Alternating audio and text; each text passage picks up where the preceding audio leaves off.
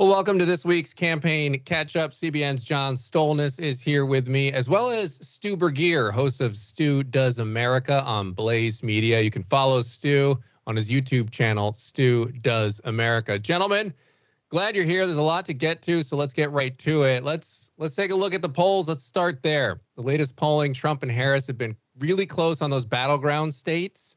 Harris inched ahead a little bit on the overall average by, I think, 2 points-ish or something like that. John, I'll start with you. What are some things you're seeing in the last couple of days? Any movement? Yeah, a little bit of movement, and it seems like it's more towards the Harris side at the moment, at least in terms of some of the national polls. NBC News came out with a poll over the weekend that has her up by 5, 49 to 44.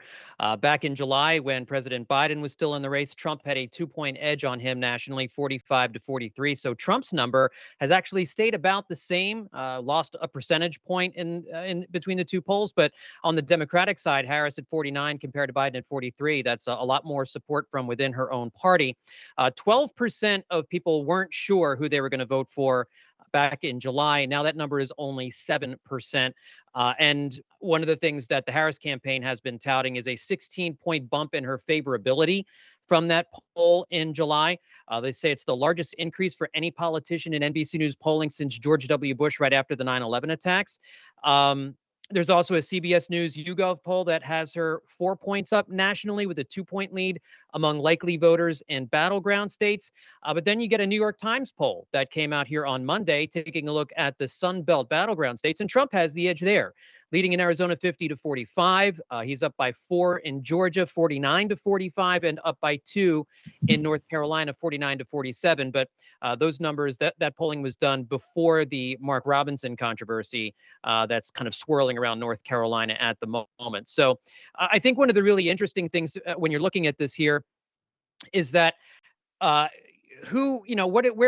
is each person strongest? And right now, her strongest areas are protecting immigrant rights, which is different than immigration policy. Those are two separate things. But according to the NBC News poll, she's up 28 points over protecting immigrant rights. But when you talk about securing the border, Trump has a 21-point favorability there. So he leads by 9 on the economy, by 8 on fixing the cost of living, whereas she's really strong on the right temperament to be president, up 16 points over Trump, and representing change, 9 points over Trump. So it's interesting, too, the representing change candidate is someone in the current administration. So again, when we're talking about these numbers, a lot of it's still inside the margin of error, and sometimes the numbers kind of contradict one another. Yeah. Stu, what are you seeing? Sometimes I feel like I'm like a conspiracy theory YouTuber when I say that she's the vice president. It's almost like no one believes it. They never talk about it in the news.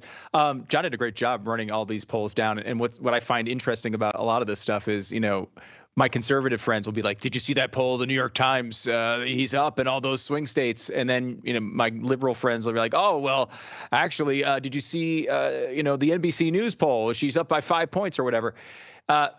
Everyone loves to kind of find their own polls, and it's important, I think, to look at the entire sort of perspective on this stuff.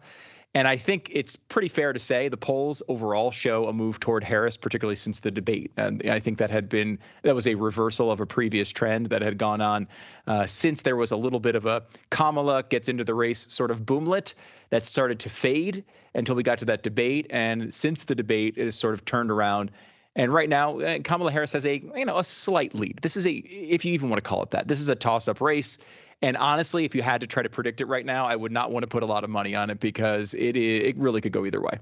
Yeah, and I'll ask you, Stu. I mean, what do you see as you said a slight lead for Harris, and David Brody, who's on this segment a lot, always says if Trump's within some sort of striking distance, he's shown in the last couple of times that he makes up a certain amount of that gap. At least the last couple elections, that's sort of the trend that's happened. Obviously you just said, it's too close to call at this point, but is that something you could put into Trump's corner as maybe something to hold on to here, that if he's close, that, if that trend holds, perhaps he'll potentially pull it out? Yeah, this is one of those things that's pretty much only affected Donald Trump, like when he's run for president. Now, there's usually a polling error that goes either way. Polling, what I always say about polls is they are not specific instruments. They're generalized instruments. So if you want to find out if a race is close, a poll is really good at telling you that. If you want to find out if someone is ahead by 0.3%, it is not very good at telling you that. It's a generalized instrument. And so if you kind of look back like 2012, for example, there was a polling error, and that polling error actually benefited Barack Obama. It went that way in 2016 and 2020. Both of those polling errors went toward Donald Trump. In 2020, just not enough for him to actually win the presidency. But it did. The polls did miss pretty significantly in 2020. 2022 went back the other way, and it was more towards Democrats. So this stuff does bounce around. Trump has been the beneficiary both times he's run. One interesting thing about that, one of the theories behind the bounces was this idea of a shy Trump voter, right? Someone who kind of really does support Trump, but doesn't really want to say it publicly because of all the hassle that comes along with that opinion in people's workplaces and online. And I do wonder if that is still around. To me, just as a feeling, it doesn't seem like there's a lot of shy Trump voters anymore. I think people who are Trump supporters are pretty much out there talking about it. We've seen some evidence of this as well in a sort of reversal in the typical trends where Republicans are favored in the Electoral College as opposed to the popular vote. A couple polls recently, and the New York Times has highlighted this, that has Harris actually doing better in the national polls than some of these swing states. That is not necessarily the way that it normally plays out. But I think there's definitely reason to believe. Like if I were someone who was rooting for Kamala Harris, I would be very nervous about this. Harry Enton over at CNN did an analysis last week that right now basically we're at a tie. If the polling error looks like the polling error in 2020, Trump wins with over 300 electoral votes. If the polling error looks like it did in 2022, Harris wins with over 300 electoral votes. So like it really is one of those situations now. There's not a clear leader. I still think the fundamentals of this campaign heavily favor Donald Trump. I mean, you look at a lot of those polling items John brought up. The big issues that are really important to voters are really in Donald Trump's column. It's just that she's seen for whatever reason as the change candidate as this new shiny thing, despite being in office for 4 years. And right now it's enough with these sort of generalized vague themes she's bringing out to keep her in an okay position. I do think the more exposure she has, the tougher it'll be for her. Yeah, go ahead, John. And I was just going to say, too, one of the other items where she's leading, you're right, I think in some of the issues that Americans say are the most important to them, they believe that Trump has the better plan or is the better, would be the better president for those types of things. But a lot of this is not coming down to policy. And we've been talking a lot about this on this particular show. It's a lot of this is about who has the right temperament. And in this poll also by NBC News, they said that Kamala Harris is up 20 points on the issue of having the necessary mental and physical health to be president. Like there's all of these, the kind of nebulous type stuff out there that is really favoring Kamala Harris that's outside the policy discussions in terms of housing, in terms of lowering prices, all these different things. And that's where Trump is really at his weakest. And like with Joe Biden and his age, some of this stuff is not anything Donald Trump can do about at this point, right? Unless, and it's just try to not, any for those 7% of people in this poll who still aren't decided or who could change their vote to convince them not to change their vote from him to Kamala Harris. And the other thing I wanted to just mention real quick, because I think Stu brought up a great point about the reluctant Trump voter on these polls. I think that might be out there, but I mean, it's when you're taking a poll on your phone or on email, nobody knows it's you saying that you support Donald Trump, right? So, I mean, the reluctance to say I would vote for Donald Trump in an NBC News poll or a New York Times poll or something like that. I'm not sure where Trump is getting underpolled, but I don't know if that at this point in the game is the reason why he might be underpolled, and we still don't know if that's the case here in 2024. Yeah, it's one of those things that we're going to find out. I want to shift gears a little bit here, guys. Now, obviously, it's very close. We've established that just looking at all the numbers. So the narratives are important, and it's super interesting to me to look at how each campaign is sort of positioning themselves. And there was a Politico report out there kind of saying something that I thought was a little bit interesting, was that these Democratic super PACs that usually kind of play the attack dog role, and they go out there and they do those crazy ads that you hear. They're actually, most of them are spending money on ads that are pushing to sort of define Harris and drive positive perceptions of Kamala Harris. So, I'd love to get, John, we'll start with you. What's your reaction on that? It is interesting because of the numbers I just read. I think, if she already has, if these numbers are to be believed, and that is always an important caveat with some of this polling data, if these numbers are to be believed, she has a significant edge in terms of temperament, in terms of her youth and all that kind of stuff. The areas where she's trailing is in policy. And so if there are ways to make up some of that ground in policy, it sounds like that's the idea. Like it doesn't sound as if the Harris campaign believes there's any more ground to be gained in having the American people believe that she might be have a better temperament to be president or anything like that. That number is probably as large as it's going to get. So, okay, where are we weakest? We're weakest in trying to convince people that we have a plan that's going to lower prices. We have a weakness in trying to convince people that we can secure the border, that's a priority for us. And so here is how we're going to make sure that Americans don't lose their health care, or this is how we're going to make sure whatever it is that happens to be part of her platform.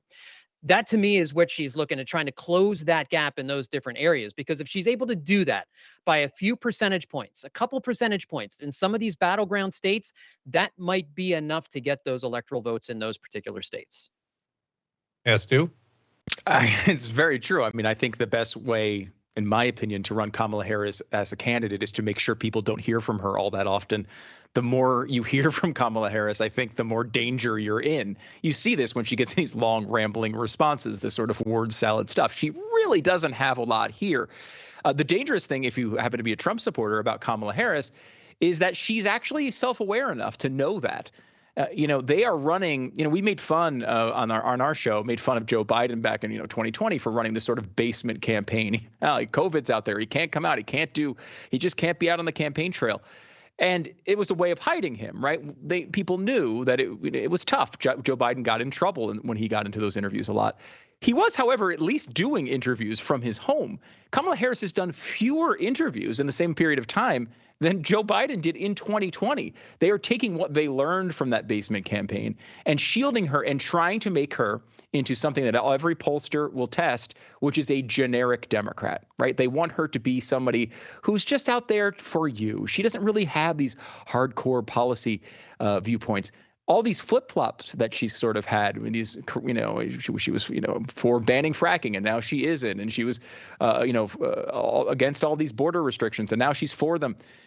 This gives you a sense that she doesn't really believe anything, but I think people don't want someone who believes in anything when you're talking about a lot of these voters. A lot of them just want an excuse. They were looking at Joe Biden and saying, and we're talking about moderate to moderate left voters who are saying, look, I don't like Donald Trump. I don't want him to be president again, but I can't have this guy. He can't even get through a complete sentence.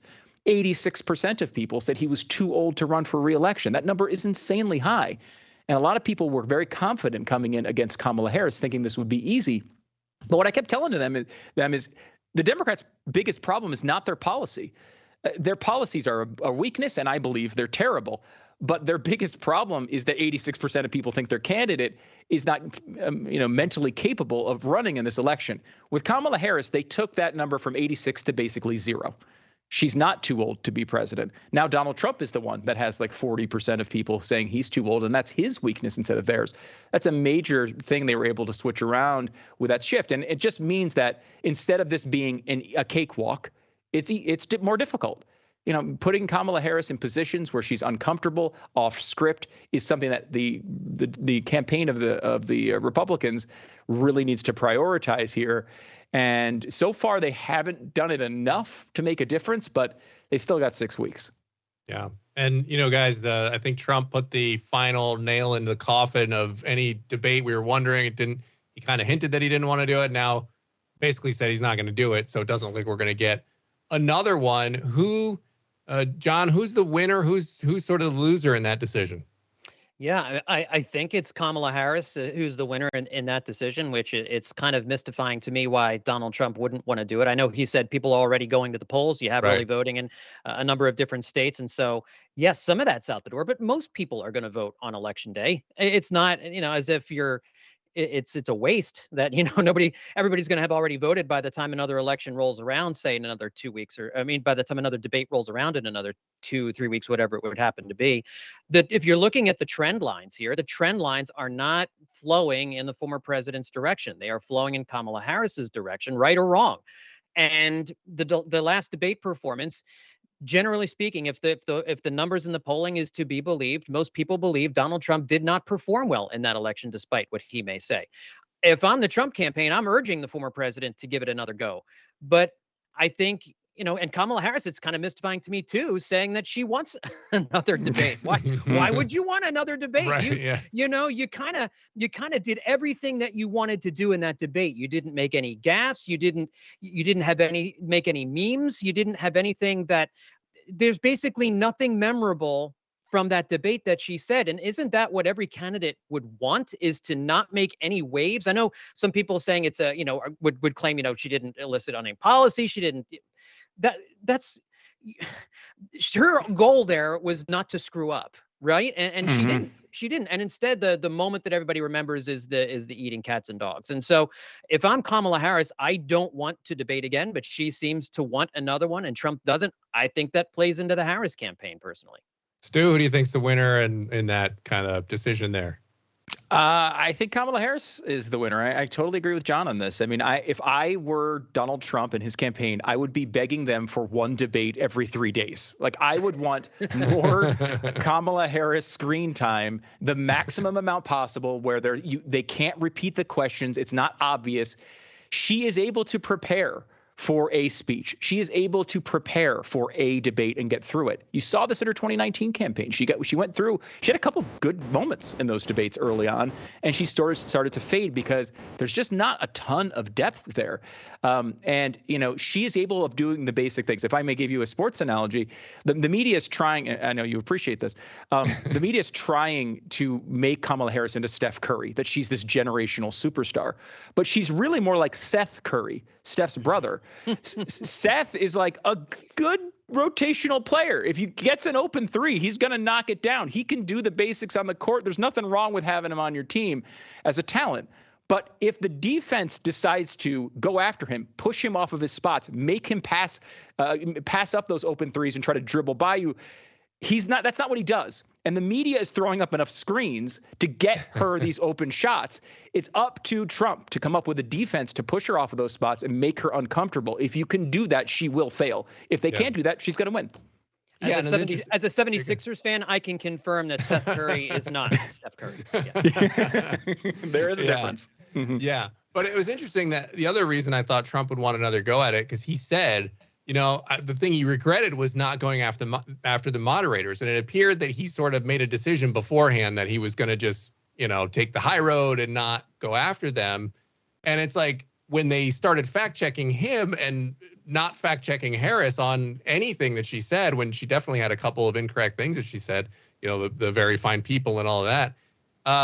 I think he regretted not doing that. And so it seems to me, to what you guys are saying, it seems like he'd want to do this again and, be a little more Trumpian in the debate, like what we're used to seeing from him, kind of being aggressive when they're aggressive with him.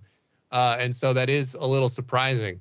Dan, I spoke real quick. I spoke to someone who talked to Donald Trump recently and said that in a conversation they had, he was very much like, I want to do another one. Like, I want to do it. I don't know if his campaign is worried. I mean, because the first one didn't go that great. So I wonder if the campaign is telling him. Horrible though for him. I just want to interject there. Like, I don't think he did bad. He just could have done better. I think he missed a lot of opportunities there. And I do think he can do better too. I can't imagine he's afraid of her. I mean, if he's afraid of her, he shouldn't be president, right? Like, she's not like this, incredible figure. You look at this and just say, like, I would want her to be in front of the American people with large audiences over and over and over again to show her weakness. She's trying to hide it. Take her out of her tactics. What game does she want to play? Make her play a different kind of game. And I think it's a mistake for them to try to avoid these debates. All right, guys, one other question I wanted to get to here, and this is interesting, and I'm kind of calling this the evangelical gambit, because it seems like both candidates are not paying very much attention or courting the faith vote this time around, which for Democrats, I mean, that's fairly par for the course. Now, this time they have the evangelicals for Harris, and there's a couple little groups that popped up, but she's not doing a whole lot, speaking out nationally, like making these big comments where it's kind of making a news cycle. And so for Trump, though, usually he's trying to rally that support. And so to me, it's like this evangelical gambit that he's kind of positing that they're not going to switch on him. He's kind of already got them. Do you guys agree with that assessment? And what's your response to that? Go ahead, John. I mean, yeah, I do. I think he feels like I've done a lot for the evangelical community. They are in lockstep with me on most positions. I appointed 3 justices who were able to overturn Roe v. Wade. He certainly has a position, a pro-life position, that's not supported by a lot of evangelicals, but it certainly is more of a pro-life position than the Harris-Walz campaign. And so I think he's making the calculation that in previous elections, going back to the midterms, and that the abortion issue is not a winner for us in terms of a general larger electorate.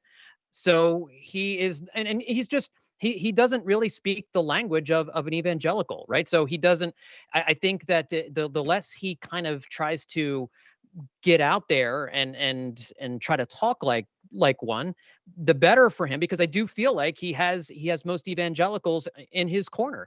And as far as the Harris campaign is concerned, I think that she understands that most evangelicals don't share her views on a lot of the social issues, most social issues that are important to them. So it doesn't make a whole lot of sense for them to go hard after the evangelical community. Although I'm sure there is a segment of the evangelical community. I know some who still don't know who they would choose as president. So it's not surprising when you see the percentage of Americans who no longer say they are part of any kind of affiliated religion is 27%, give or take, roughly. They describe themselves as religiously unaffiliated. We're seeing in general in America, more Americans don't feel a certain connection to a certain religious or faith community. And so I think they're just reflecting kind of where more Americans are, especially younger Americans. We're seeing more and more younger Americans not following their parents' faith or their grandparents' faith. They're going off in a different direction. So, I mean, it's I think, reflective of where society is right now, especially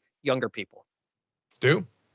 Yeah, I mean, I get it from a game theory perspective. Like, I understand why you would, in a way, sort of take for granted evangelical voters, and particularly pro-life voters. And I understand why you would do it. I talk to a lot of really smart conservatives, many of them pro-life as well, that say, hey, he's got a really good record on this. We just have to trust him.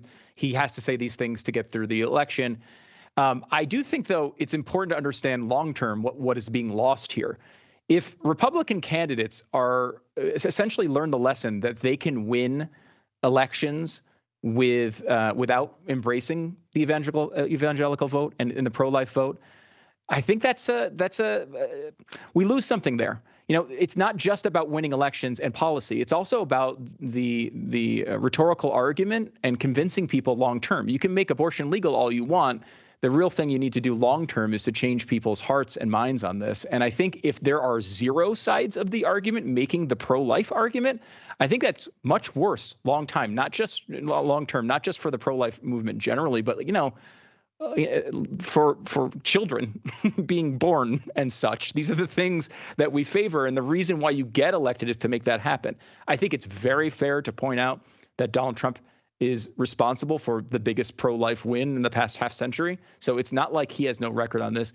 I think he'll probably be if he is elected, another good pro-life term. But we can't just lose the rhetoric. The rhetoric in elections is important. If people just abandon the pro-life side of the argument to win elections because it's not popular, it will never be popular. And I am concerned about that long term. Yeah, that's a really good point. I mean, we obviously, as Christians, that's a huge issue that we don't want to just see go away and have people stop talking about it over the next couple cycles. That wouldn't be a good thing. Well, John Stolnis from CBN and Stu Burguire from Stu Does America on the Blaze You can check out his YouTube channel, Stu Does America. Gentlemen, thanks so much for being here. Appreciate it. Thanks, Dan. Thanks, Dan.